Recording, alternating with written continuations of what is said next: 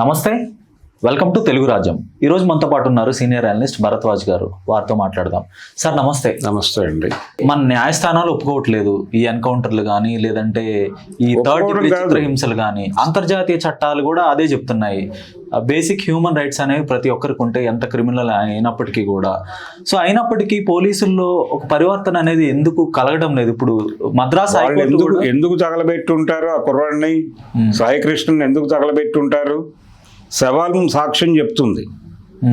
చచ్చిపోయిన తర్వాత ఆ బాడీని తీసుకెళ్ళి మీరు ఏం చేయాలి? బాడీని అప్పచెప్పడానికి ముందు తీసుకెళ్ళి అక్కడ అప్పచెప్పాలి కదా. ప్రభుత్వ ఆసుపత్రిలో ఇస్తే వాళ్ళు పోస్ట్ మార్టం చేసి రిపోర్ట్ ఇస్తారు. బాడీ మీద ఎన్ని గాయాలు ఉన్నాయో కూడా రాసిస్తారు. ఆ గాయాలు సాక్ష్యంగా వాళ్ళు కోర్టుకు వెళ్తే ఏంటి పరిస్థితి? లాకప్ టార్చర్ అనే దాని కింద వీళ్ళకి సీరియస్గా ఇరుక్కుంటారు కదా.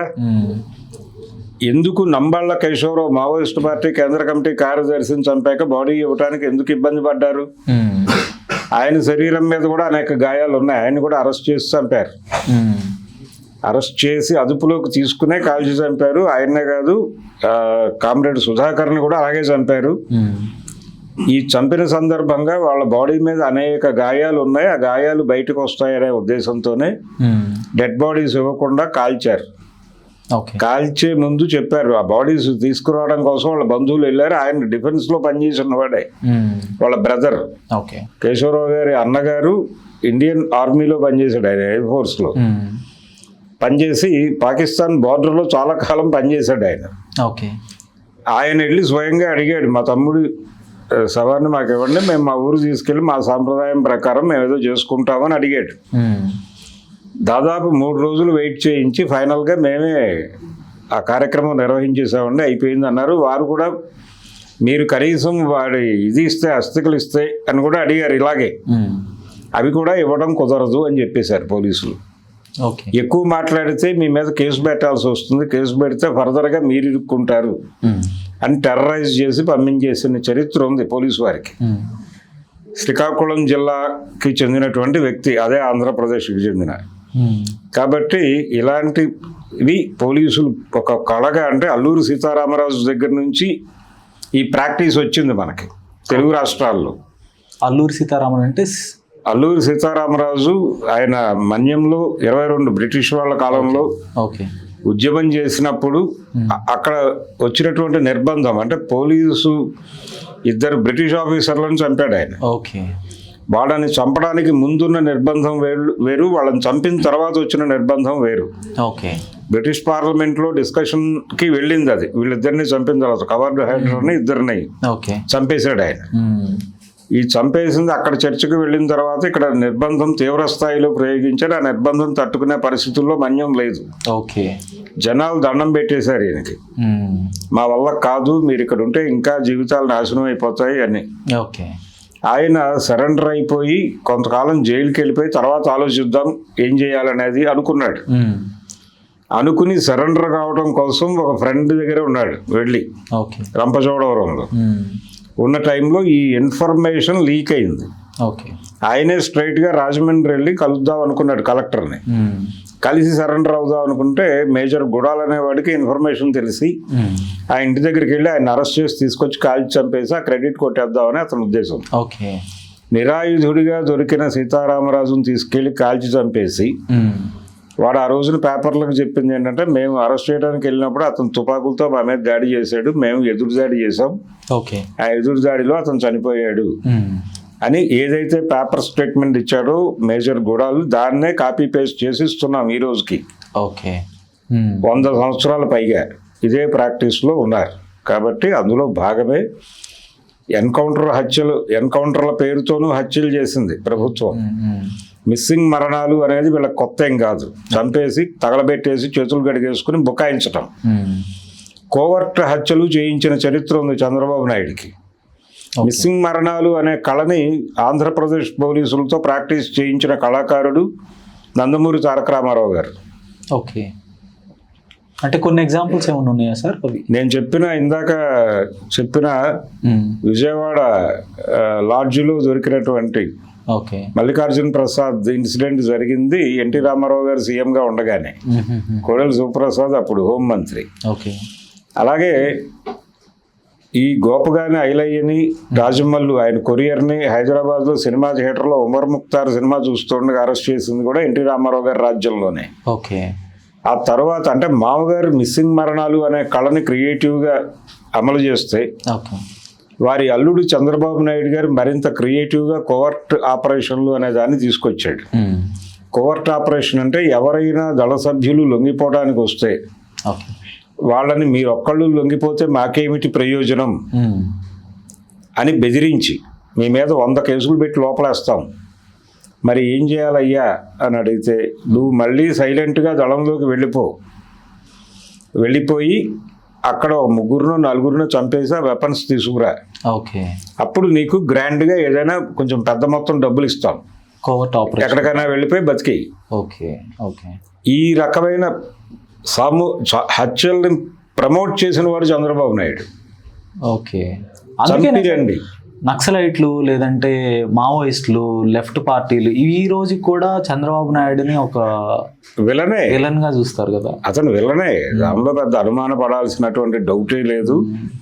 అంటే హత్య చేసిన వాడిని భుజం తట్టడం వేరు, చంపి రమ్మని ప్రేరేపించి వెనక్కి పంపించడం వేరు. చంపి పంపించమని వెనక్కి పంపించిన చరిత్ర చంద్రబాబుది. కోవర్ట్ ఆపరేషన్ల పేరుతో చంపొచ్చిన వాళ్ళని రకరకాలుగా బాగా చూసుకున్నాడు ఆయన. ఒక డెన్ కీపర్ని కంట్రోల్లోకి తీసుకుని అతనికి విపరీతంగా డబ్బులు ఆశ చూపించి ఏదో టైంలో ఈ ఇంట్లో మకాం చేయటానికి వస్తారు కదా లీడర్లు, వచ్చినప్పుడు వాళ్ళకి మత్తు మంది ఇచ్చి పడుకోబెట్టి మాకు ఇన్ఫార్మ్ చేయమని చెప్పి అలా నల్లా ఆదిరెడ్డి గారు మరొక 3 రాష్ట్ర కమిటీ సభ్యులు వెళ్ళి అక్కడ ఏదో చిన్న మీటింగ్ అనుకున్నారు వాళ్ళు. ఆ సందర్భంగా వాళ్ళకి భోజనంలో మత్తు మందు కలిపి పెట్టి వాళ్ళ 4 పోలీసు వరకు అప్పచెప్పాడు ఆ గోవిందరెడ్డి. ఈ రోజుకి అతను ఏమైపోయాడో తెలియదు. అతన్ని విదేశాలకు తరలించారు అనేది వార్త. వాళ్ళని తీసుకొచ్చి కొయ్యూరులో చంపారు. కొయ్యూరులోనే దొరికారు అని లోకల్ టచ్ రావడం కోసం అక్కడ లాకప్లో ఏదో ఒక గొడవలో అరెస్ట్ అయినటువంటి ఒక పశువుల కాపరిని కూడా వీళ్ళతో కలిపి చంపేశారు. లోకల్ కలర్ ఇవ్వటం కోసం. అంత నిర్దయగా మనుషుల్ని చంపిన చరిత్ర చంద్రబాబుది. ఆయన ఈ లాకప్ డెత్ గురించి స్పందించడం అనేది ఒక విషాదం. అంటే క్రైసిస్ మేనేజ్మెంట్ కోసం రంగంలోకి దిగాడు ఆయన. దీన్ని రకరకాలుగా వాడేస్తున్నారు అనేది ఆయనకు అర్థమైంది. నిజానికి హోంమంత్రి గారు చేయవలసిన యాక్టివిటీ ఇది. హోంమంత్రి గారు మౌనంగా ఉండిపోయారు. అంటే ఆవిడ పోలీసుల మానసిక స్థైర్యాన్ని నిలబెట్టాలా లేకపోతే ఏం చెయ్యాలో తెలియని ఒక డోలాయమాన స్థితిలో పడిపోయింది. కారణం ఏమిటి? ఇంతకుముందు హోంమంత్రులు అయితే స్పందించేవారు. ఈవెన్ జానారెడ్డి గారు ఉన్నా స్పందించి వెంటనే ఏదో ఒకటి చేసేవాడు. కానీ జానారెడ్డి తర్వాత తెలుగు రాష్ట్రాల్లో హోంమంత్రులైన వాళ్ళు ఎవరికి సొంత బుర్రలు లేవు. అంటే సొంత బుర్రలు ఉపయోగించని పరిస్థితి వీళ్ళే కల్పించారు ముఖ్యమంత్రులే. అంచేత ఆవిడకు తెలుసు ఆవిడ ఎలా రియాక్ట్ అవ్వాలో ఆవిడకి తెలుసు. కానీ ఎలా రియాక్ట్ అయితే ఏం ప్రమాదం వస్తుందో అనే భయం ఉంది ఆవిడకి. అందుకని ఒకవేళ చర్యలు తీసుకుంటే పోలీసుల మానసిక స్థైర్యాన్ని దెబ్బతీసిన హోంమంత్రి అంటారేమో అనే ఒక అనుమానం చేత ఆవిడ ఆగింది. ఆవిడకున్న సమస్య ఏంటంటే, ఒకటి ఇమ్మీడియట్గా ఆవిడే చొరవ చేసి చర్యలు తీసేసుకుంటే పోలీసుల మానసిక స్థైర్యాన్ని దెబ్బతీసిన హోంమంత్రి అనే రిపోర్ట్ వెళ్తుందేమో అనేది ఆవిడ భయం. అలా కాదు అంటే గనక, అలా కాదు ప్రజల పక్షం అంటే అలా కాదు పోలీసుల పక్షమే తీసుకుంటే పబ్లిక్ నుంచి వచ్చేటువంటి విమర్శల్ని హ్యాండిల్ చేయలేకపోయింది హోంమంత్రి అని కూడా దాడి చేస్తారు. సో మౌనమే అన్నిటికీ సమాధానం. ఇది ఏం చేయాలి అనుకుంది ఆవిడ.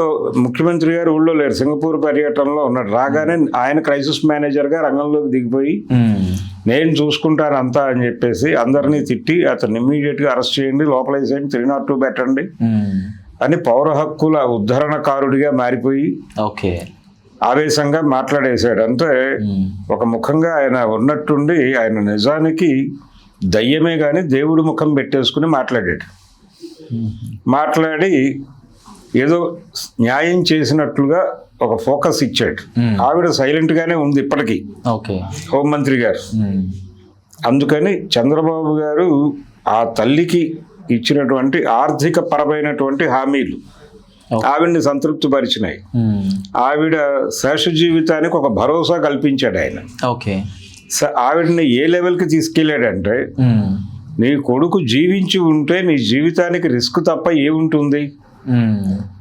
వాడిని మా సిఐ చంపడం ద్వారా నీకు ఇది వనగొడుతున్నాయి, అందుకని నువ్వు తృప్తిగా ఉండు, బయటకు వెళ్ళి ముఖ్యమంత్రి గారు నన్ను అద్భుతంగా చూసుకున్నారని మా చెప్పు, ఉమ్. నాకు పూర్తి న్యాయం చేస్తాడు ముఖ్యమంత్రి అని చెప్పు అని చెప్పాడు ఆయన. అదే చెప్పింది ఆవిడ బయటకు వచ్చి. అంటే అక్కడ ఏం జరిగిందో మనకైతే తెలియదు. చంద్రబాబు నాయుడు గారు ఏం మాట్లాడారో ఇదే తెలీదు. విషయం. ఓకే. ఆవిడకి ఆర్థిక పరమైనటువంటి భరోసాలు కల్పించాడు ఆయన. ఓకే. ఆర్థిక భరోసా కాకుండా లేదమ్మా నీ కొడుకు ఎవరైతే చంపారో బూడిద చేశారో వాళ్ళని తప్పకుండా నేను న్యాయం చేస్తాను, వాళ్ళని చట్టానికి అందిస్తాను. అది అలాగే చేశాడు కదా, అదే చెప్పాడండి. రెండూ చెప్పాడు. నీకు పగ నేను తీర్చేసా, నువ్వు ఏవైతే డిమాండ్ చేస్తున్నావో అది ఆల్రెడీ చేసేసా నేను. అది కాదు, నీ కొడుకు జీవించుంటే నీకేమి కల్పిస్తాడని నువ్వు అనుకున్నావో కన్నప్పుడు ఆ కళ్ళలన్నీ కూడా నేను తీరుస్తా. ఏమనుకుంటావు, నీ కొడుకు ప్రయోజకుడై ఏదో కొంచెం డబ్బులు సంపాదించి నీకేదో ఒక ఇల్లు, ఏదో శాశ్వతమైన నీడ అది ఏర్పాటు చేస్తాడని అనుకుని ఉంటావు కదా. ఓకే. అదేదో నేను చేసి పెడతా. There ends the matter. ఇంకెందుకు ఆ కొడుకు, లేని కొడుకు గురించి బాధపడకు. వాడు చావటం వలన వాడు బతికి ఈ గొడవలన్నీ చేసి చచ్చి నీకు ఇది సమకూర్చాడు అనుకుని ప్రతి సంవత్సరం వాడి దినం రోజు 10 మందికి భోజనం పెట్టు, నేను ఇచ్చిన ఆర్థిక భరోసాలో నుంచి అని చెప్పుంటాడు కదా. అందుకనే ఆవిడ సంపూర్ణ న్యాయం జరిగింది అని చెప్పింది బయటకు వచ్చి. ఓకే. ఇప్పుడు నా కొడుకుని చూపించండి, లేదంటే నాకు ఆ బూడిదైనా అయినా ఇవ్వండి అని ఆవిడైతే మొరపెట్టుకున్నారు. 2-3 రోజులు అయిపోయిందండి, అది అయిపోయింది ఆ స్టోరీ. ఇప్పుడు ఆవిడకి తగ్గ న్యాయం ఆ బూడిద ఇవ్వటమేనంటారా, లేదంటే ఆ కొడుకు పెడతారా? బూడిద లేదు, కొడుకు లేదు, ఇంకా వదిలేసేయండి. ఆ స్కీమ్ లేదు, అసలు ఆ గొడవ లేదు. ఓకే. ఇప్పుడు ఏమంటున్నారు యూట్యూబర్స్, రకరకాల స్పెక్యులేషన్స్, బతికే ఉన్నాడు, వస్తున్నాడు ఇంకో గంటలో అని ఏదో స్టోరీలు వేస్తున్నారు. సరే, వస్తే వచ్చాడు, లేదా లేదు, ఆ గొడవ పక్కన పెట్టేద్దాం. పోలీసులు చేసినటువంటి ఒక పనిని ముఖ్యమంత్రి గారు ఇంకో రకంగా దాన్ని టేక్ ఓవర్ చేసి, పోలీసు డిపార్ట్మెంట్ నైతిక స్థైర్యం దెబ్బతినకుండా ఆ సంఘటనని ఆ వ్యక్తి వరకు పరిమితం చేసి, ఇదే తెలుగుదేశం ప్రభుత్వ హయాంలో విజయవాడలో జరిగిన మరో సెన్సేషనల్ లాకప్ డెత్, నరసింహారావు అని ఒక రిక్షా పుల్లర్ని చంపారు. ఆ రిక్షా పుల్లర్ని చంపినప్పుడు కూడా అదే వంగవీటి రంగా మరణానికి దారితీసింది. ఆ రిక్షా పుల్లర్ హత్య 5 టౌన్లో జరిగింది. దానికి ముందు మురళీధరన్ అని ఒక నేవీ ఆఫీసర్ని చంపారు, అదే లాకప్లో. 3 లాకప్ డెత్లు వరుసగా జరిగినాయి అదే లాకప్లో, 5 టౌన్ లాకప్లోనే. ఆ స్టేషన్ ఇన్ఛార్జ్, అప్పుడు స్టేషన్ హౌస్ ఆఫీసర్గా ఉన్నటువంటి ప్రసాద్ని కూడా అరెస్ట్ చేసి జైల్లో పెట్టారు. తెలుగుదేశమే ఉంది అప్పుడు కూడా, రామారావు గారు ముఖ్యమంత్రి 88-87లో. వారిని కూడా, ప్రసాద్ అనేవాడిని తీసుకొచ్చి విజయవాడ సబ్ జైల్లో పెట్టారు, బెయిల్ ఇచ్చి బయటకు పంపించారు. ఆ తర్వాత ఆ కేసులు కొట్టేశారు. వాడు ఇప్పుడు పెద్ద బిల్డరు. కాబట్టి ఇతనికి కూడా జరిగే ప్రమాదం ఏమి ఉండదు. ఇప్పుడు కేసు పెడతారు, అతను జైలుకి వెళ్తాడు, బెయిల్ తీసుకుంటాడు, బయటకు వస్తాడు, అతనికి ఉన్న ఇమేజ్ మీద బిజినెస్ చేస్తాడు.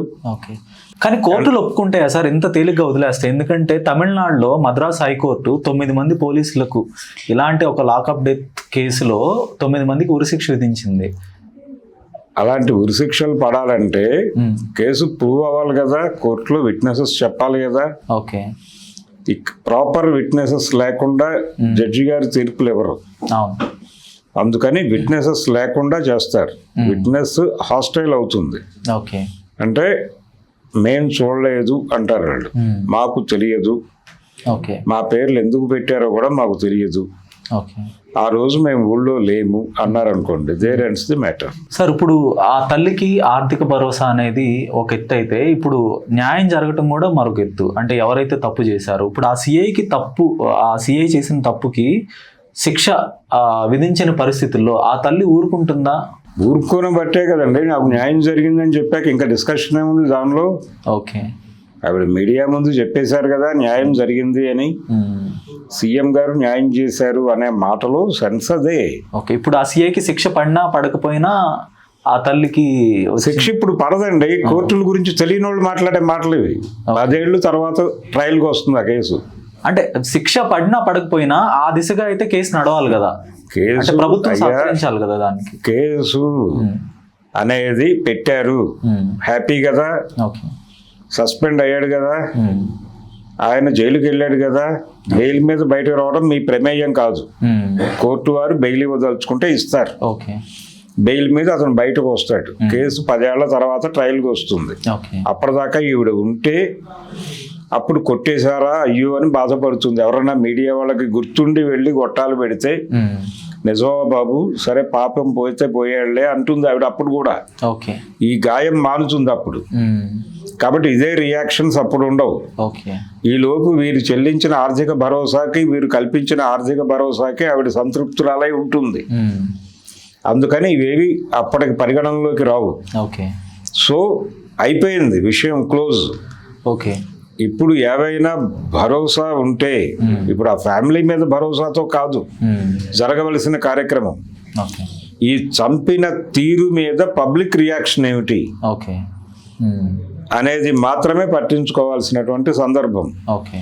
అక్కడున్న రాజకీయ పార్టీలు ఏం చేస్తున్నాయి, విజయవాడలో ఉన్న రాజకీయ పార్టీలు ఏం ఆలోచిస్తున్నాయి, అలాగే మిగిలిన ప్రజా సంఘాలు ఏం ఆలోచిస్తున్నాయి, ఏం చేస్తున్నాయి అనేది ఒకటే క్రైటీరియా తప్ప ఓకే. ఆ కుటుంబ వ్యవహారం అనేది అయిపోయింది, ఆ స్టోరీ. ఓకే. ఇప్పుడు సమాజం ఎలా రియాక్ట్ అవుతుంది అనేది చూడాలి. హలో, తెలుగు రాజ్యం ఛానల్ చూస్తున్నారా? సామాజిక, రాజకీయ, జీవన చిత్రణే తెలుగు రాజ్యం. అతిశయోక్తులు, అసత్యాలు ఉండవు. రాజకీయ కోణం కాదు, ప్రజా కోణమే కొలబద్ద.